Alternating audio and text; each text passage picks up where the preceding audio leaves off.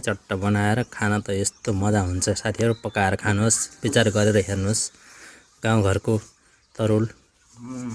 साथीहरु अब म यो तरुल खन्न गएर आइसकेको थिएँ।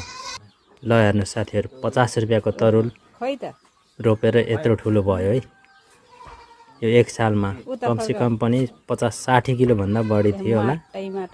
मैले यसरी खनेर लिएर आएको थिएँ खानु भनेर। आजको दिन तयारी थियो यस्तो। हेर्नुहोस् डोकोमा पनि छ, अलिअलि साथीहरूलाई पनि दियो, छिमेकीहरूलाई।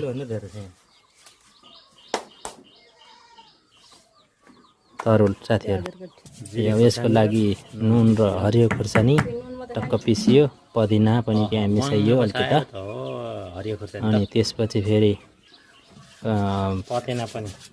पुदिना चट्ट मिसाएर फेरि यसमाथि लोकल टमाटर मिसाएर चट्ट यसको तयार भयो अचार। तयार भइसकेपछि चट्ट एउटा कटौरामा राखियो। कटौरामा राखेपछि टक्क तरुल उसिनिसकेको थियो। टक्क तरुल उसिनिसकेपछि फेरि थालमा राखियो हैन। यो तरुल कसरी उसिन्ने भन्ने कुराहरु थाहा पाउन चाहनुहुन्छ भने कमेन्ट गरेर सोध्नुहोस्।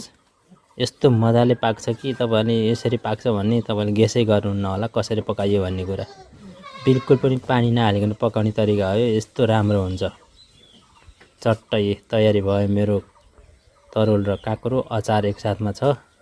थोरै उता मेरो अर्को पिउने कुराहरु पनि छ।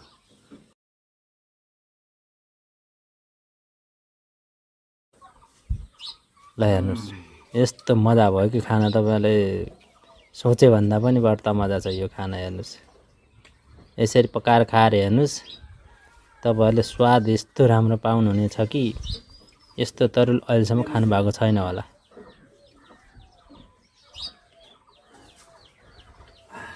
ग्रिन टी सम्झिनुस् है साथीहरु। यो मैले जो पिइरहेको छु, चट्ट थोरै अचार राखेर काँक्रो पनि खाँदा यस्तो मजा हुन्छ भन्ने कुरा त तपाईहरुले सोच्दा पनि सोच्नु भएको छैन होला। खाएर हेर्नुस् अनि फेरि कमेन्टमा गर्नुहोस्।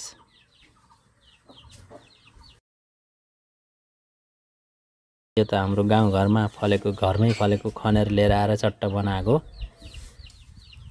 सानो एउटा यसको टाउको लिएर आइन्छ हैन, थोरै माथिको भाग, अनि यसलाई फेरि खाल्टोमा पुरेर 1 वर्षपछि खनेको।